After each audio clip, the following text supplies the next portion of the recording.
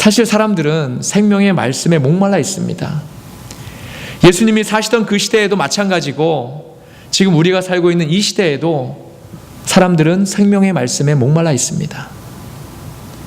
이 세상에는 생명의 말씀이 없기 때문입니다. 그렇기 때문에 아무리 과학이 발달하고 스마트폰으로 모든 것을 할 수 있다고 해도 사람들은 여전히 생명의 말씀에 목말라 있습니다. 이 시대에 신천지나 만민교회나 이런 이단이나 또 다른 많은 사이비가 이렇게 성행하는 그 이유도 사람들이 계속해서 생명의 말씀을 더 간절히 갈구하고 또 찾아다니기 때문에 그렇습니다. 많은 이단들은 그 사실을 교묘히 이렇게 이용해서 자신들이 생명의 말씀인 것처럼 거짓으로 유혹하기 때문에 사람들은 거기에 넘어가게 되는 거죠. 지금의 교회가 하나님의 생명의 말씀을 전해줄 수 있어야 하는데도 그렇지 못한 교회가 많기 때문에 사람들은 생명의 말씀을 교회 밖에서 찾아다닌다는 그런 사실이 참 슬픈 현실입니다. 그 당시에 이스라엘에는 정말 생명의 말씀이 너무나도 필요했습니다. 로마의 압제 속에서 그들은 너무나 피폐해 있었습니다.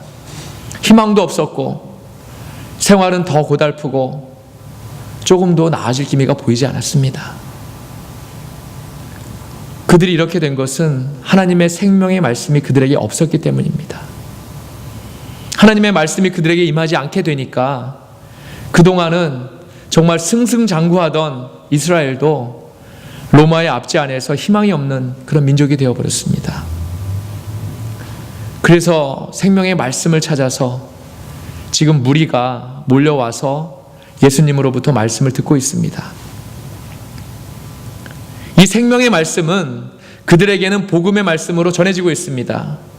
그런데 이때 예수님께서 베드로의 배를 발견하시고는 그의 배에 오르시게 됩니다.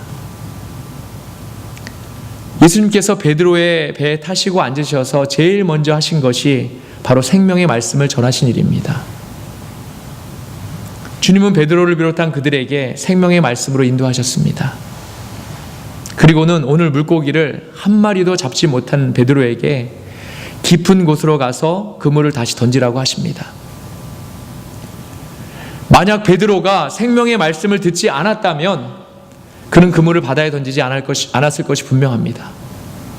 왜냐하면 그는 이 그물을 던져서 고기 잡는 일에 전문가였기 때문입니다. 이미 그물을 수십 번 던졌는데도 오늘 고기가 잡히지 않았거든요.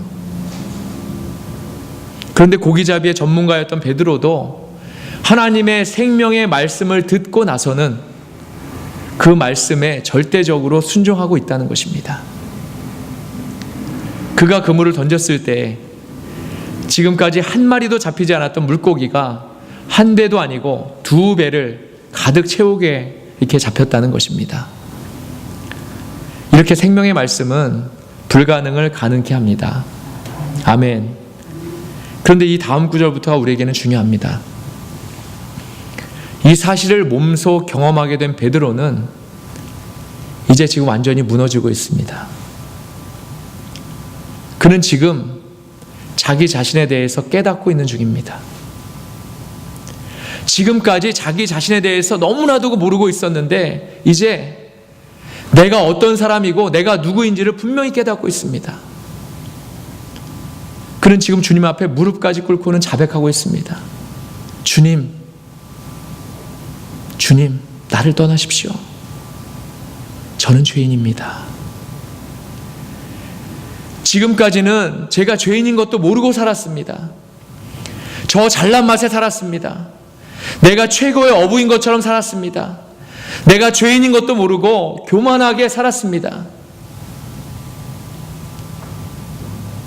하나님의 생명의 말씀이 베드로가 자신이 어떤 사람이었는가를 정확하게 알려주고 깨닫게 하고 있습니다. 그리고 그는 자신이 어떠한 사람인지를 분명히 그의 입술로 고백하고 있습니다.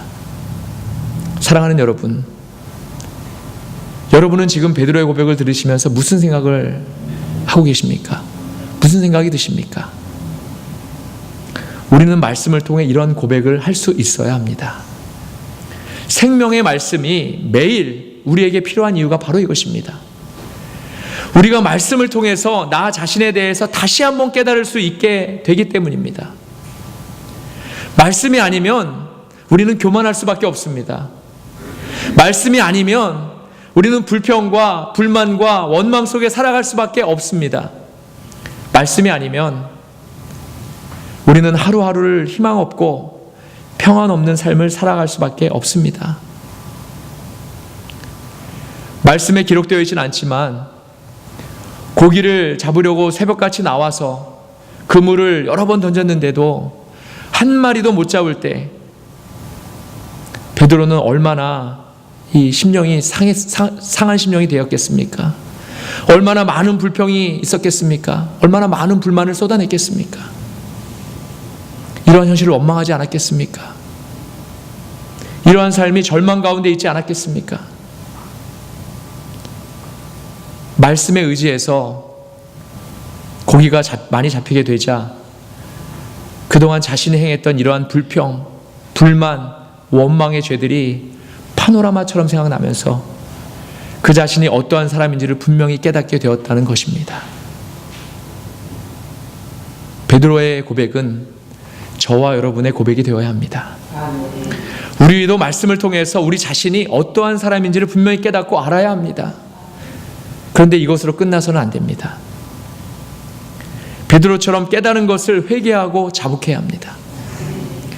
하나님께서는 우리의 이런 회개와 자복을 기뻐 받으십니다.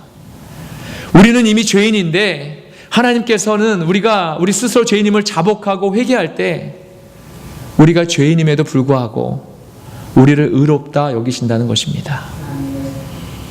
의인은 없나니 하나도 없으며 깨닫는 자도 없고 하나님을 찾는 자도 없고 다 치우쳐 함께 무익하게 되고 선을 행하는 자는 없나니 하나도 없도다. 아멘. 그 옛날 다윗의 이러한 고백처럼 그 시대에나 예수님 당시에나 또 지금 이 시대에나 하나님이 찾으시는 사람은 많아도 하나님을 찾는 사람은 많지 않은 것이 현실입니다. 이렇게 선을 행하는 사람이 하나도 없다는 다윗의 고백처럼 이러한 우리의 인생들에게 하나님이 먼저 찾아오신 것입니다. 하나님께서 먼저 오신 것입니다. 우리가 아직 죄인 되었을 때 그리스도께서 우리를 위하여 죽으심으로 하나님께서 우리에 대한 자기의 사랑을 확증하셨느니라. 아멘. 로마서 5장 8절의 말씀이죠. 예수님께서는 베드로에게 먼저 찾아오신 것입니다.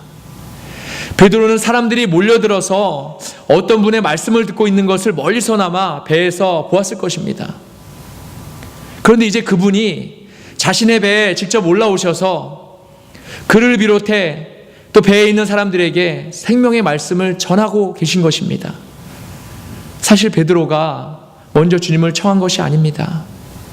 주님이 먼저 찾아오신 것입니다. 병들고 지치고 낙심해 있는 그런 베드로의 영혼에 생명의 말씀을 가지고 하나님이신 예수님이 먼저 찾아오신 것입니다. 사랑하는 여러분, 예수님께서는 이렇게 먼저 우리를 찾아오신 것입니다. 오늘날은 성경 말씀을 통해서 우리에게 오셨습니다. 그 말씀을 통해서 우리는 예수님의 초청에 임하게 됩니다. 이제 그 말씀을 통해서 우리는 우리 자신의 진짜 모습을 깨닫게 되는 것입니다. 말씀을 통해 우리의 진정한 모습을 깨닫고 알게 되었는데도 주님, 저를 떠나십시오. 저는 죄인입니다. 만약 이러한 고백을 하지 못한다면 그것은 진정으로 자기 자신에 대해서 깨달은 것이 아닙니다. 우리가 우리 자신에 대해서 진정으로 깨닫고 알게 된다면 우리는 이렇게 주님 앞에 무릎 꿇을 수밖에 없게 된다는 것입니다. 나 자신을 알게 되는 순간부터 주님 앞에 너무 부끄럽고 죄송한 마음이 들기 때문입니다. 신앙생활만큼은 우리는 가시적으로 해서는 안 됩니다. 지금까지는 가시적으로 살았지만 이제부터는 가식적이 되어서는 안 됩니다. 우리의 죄인된 모습 그 자체를 주님께 자복하고 회개하는 일, 바로 그 일이 우리가 교회 안에서 또 예배 안에서 해야 할 일들입니다. 저는 우리 새교회 공동체가 특별히 가식적인 모습 없이 진심으로 사랑하고 또 아껴주는 마음으로 서로를 대하는 것이 참 감사하게 생각합니다. 이것이 우리 공동체의 힘이라고 생각합니다. 하나님 앞에서는 우리는 똑같은 위치입니다. 모두 똑같습니다. 하나님 보시기에 우리는 다 부족하고 나약하고 연약합니다. 이렇게 우리가 우리 자신에 대해서 알게 되면 우리가 죄인임에도 불구하고 하나님의 사랑과 바로 그 은혜 때문에 우리가 살고 있음을 깨닫게 되는 것입니다. 그런데 저와 여러분의 믿음은 여기서 머물러서는 안 됩니다. 우리의 믿음은 한 단계 더 나아가야 합니다. 오늘 본문의 말씀 10절과 11절 우리가 다시 한번 함께 읽어볼까요? 10절과 11절입니다. 세베대의 아들로서 시몬의 동업자인 야고보와 요한도 놀랐음이라. 예수께서 시몬에게 이르시되 무서워하지 말라. 이제 후로는 내가 사람을 취하리라 하시니 그들이 베드를 육지에 대고 모든 것을 버려두고 예수를 따르니라. 아멘. 예수님께서 베드로에게 찾아오신 다른 아주 중요한 이유가 하나 더 있었습니다. 먼저는 베드로가 자신이 정말 어떤 사람인가를 깨닫고 회개하게 하시기 위해서 찾아오셨다는 것을 우리는 알게 되었죠. 그런데 또 다른 하나의 이유는 바로 우리를 복음의 일꾼으로 삼으시기 위해서였습니다. 베드로를 복음의 일꾼으로 사용하시기 위해서였습니다. 예수님께서는 베드로를 비롯한 야고보와 요한에게 생명의 말씀을 알게 하시기 위해서 찾아오시기도 하셨지만 앞으로 그들을 통해서 하나님의 복음을 전하게 하기 위해서 찾아오신 것입니다. 그들은 그들이 앞으로 어떠한 삶을 살아야 할지 알지 못했습니다. 그냥 하루하루 먹고 사는데 지나지 않았습니다. 그런데 이제 그분으로 인해서 생명의 말씀을 들었고 이제 그분을 따라서 그 생명의 말씀대로 살기를 원하고 있습니다. 11절의 말씀처럼 그들은 이제 모든 것을 버려두고 예수님을 따르게 되었다는 것입니다. 사랑하는 여러분, 우리의 믿음은 이렇게 나아가야 할 줄로 믿습니다. 우리는 전하는 자입니다. 생명의 말씀, 복음의 말씀을 전하는 사람들입니다. 이제 앞으로는 사람을 취하는 사람들입니다. 지금까지는 나 자신만을 취하는 삶을 살았었다면 이제부터는 사람을 취하는 사람으로서의 삶을 살아야 합니다. 짐에 가서 운동을 하면서 이제 짐에 가면 운동기구가 여러 가지 다른 모양으로 이렇게 기능으로 이렇게 쫙 펼쳐 있지 않습니까? 다른 사람들이 그 기구들을 사용하는 것을 옆에서 이렇게 유심히 이렇게 잘 한번 봅니다. 보면서 저도 이렇게 한 번씩 기구들을 그 사람들이 한 것처럼 똑같이 이렇게 시도해 봅니다. 그 기구 옆에 보면 그 기구는 몸의 어떠한 부분을 이렇게 단련하기에 좋다고 그림으로 이렇게 친절하게 설명을 해 놓았는데 이제 제가 특별히 관심 있는 분야는 뱃살과 종아리살입니다. 그래서 여기를 좀 단련해 보려고 거기에 도움이 되는 기구들을 좀 시도해 보는 편입니다. 그렇게 하다 보면 어떤 기구들은 정말 저에게 딱 맞고 뱃살 빼는데 도움이 될 것 같은 그런 기구들이 있습니다. 그런 기구들을 보면 어떻습니까? 혼자 사용하기에는 좀 아깝다는 생각에 좀 자랑하고 싶지 않습니까? 그래서 제 아내가 어디쯤에 있나 이렇게 찾아봅니다. 그리고 얼른 와서 이거 한번 해보라고. 제 아내도 저하고 살을 빼고 싶은 부분이 아마도 비슷할 것 같습니다. 그래서 대부분 힘들어하면서도 만족합니다. 사랑하는 여러분, 이렇게 내가 해보고 좋은 것들을 우리는 다른 사람과 공유하고 싶어 하지 않습니까? 그런데요, 복음은 어떻습니까? 생명의 말씀, 복음의 말씀을 전하라고 하는 일이 우리에게 맡겨진 일인데 우리는 이 좋은 살아계신 하나님의 말씀을 얼마나 우리 주위에 공유하고 있습니까? 정말 나에게 이렇게 좋은 엄청난 생명의 말씀인데 이 좋은 것을 이웃에 내가 아는 사람에게 이렇게 나누며 공유해야 하지 않습니까?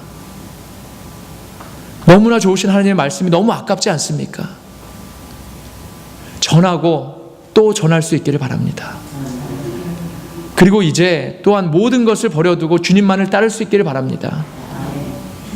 우리는 또 우리의 마음은 아직도 무태 매여 있는 그런 놓은 배들, 우리를 일상의 욕망을 위해서 필요를 채워주는 것들에 마음을 두고 있다는 것입니다. 이제 그 모든 것들을 버려두고 주님만을 따라야 합니다. 이 말의 의미는 우리 일상에 필요한 것들을 버리라는 말이 아닙니다. 예수님을 따르는데 방해되는 것들을 다 버리라는 말입니다. 우리가 예수님보다도 더 따라가고 싶어하는 것들이 얼마나 많습니까? 필요 이상의 더 많은 돈, 남에게 존경받고 싶어하는 명예, 불필요한 지식들, 세상의 영광, 이러한 것들을 우리가 얼마나 갈구하고 따라가고 싶어합니까? 이제 우리의 마음과 생각과 중심을 돌려야 할 때입니다. 우리가 따라야 할 것은 예수님입니다. 예수님만을 우리가 따라야 합니다. 사랑하는 여러분, 이제 우리는 나 자신에 대해서 깨닫게 되었습니다. 내가 어떤 사람이고 내가 얼마나 하나님 보시기에 죄인인지를 분명히 깨닫고 회개하게 되었습니다. 그리고 이제 이 좋은 순간을 다른 사람과 나누어야 합니다. 생명의 말씀을 나 혼자만 듣고 간직하는 것이 아니라 가족에게 또 주위의 다른 사람에게도 알리고 전해야 합니다. 그리고 우리 마음과 중심에 예수님을 따르는데 방해되는 모든 것들을 버릴 수 있어야 합니다. 오늘 하나님께서 주신 귀한 말씀을 통해서 이 모든 것을 결단하며 실천할 수 있는 저와 여러분이 다 되시기를 주님의 이름으로 간절히 축원합니다. 아멘. 기도하시겠습니다. 거룩하신 아버지 하나님, 은혜를 감사합니다. 주신 귀한 말씀을 통해서 정말 내 자신이 어떠한 사람인지를 다시 한번 깨닫게 되었습니다. 하나님 감사합니다. 저는 부족한 사람입니다. 저는 죄인입니다. 정말 주님 내 곁에서 떠나가십시오 하는 베드로의 고백이 저희들의 고백이 되기를 원합니다. 아버지 하나님, 하지만 저희 믿음이 거기서 그치길 원하지 않습니다. 저희들 주님의 복음을 전하는 자로서 아버지 하나님 앞장설 수 있도록 인도하여 주옵소서. 또한 세상의 것들을 따라가지 아니하고 오직 예수님만을 따라가는, 또 따르겠다고 결단하는 그러한 저희들 다 될 수 있도록 주님 인도하여 주옵소서. 우리 주 예수 그리스도의 이름으로 감사하며 기도드립니다. 아멘.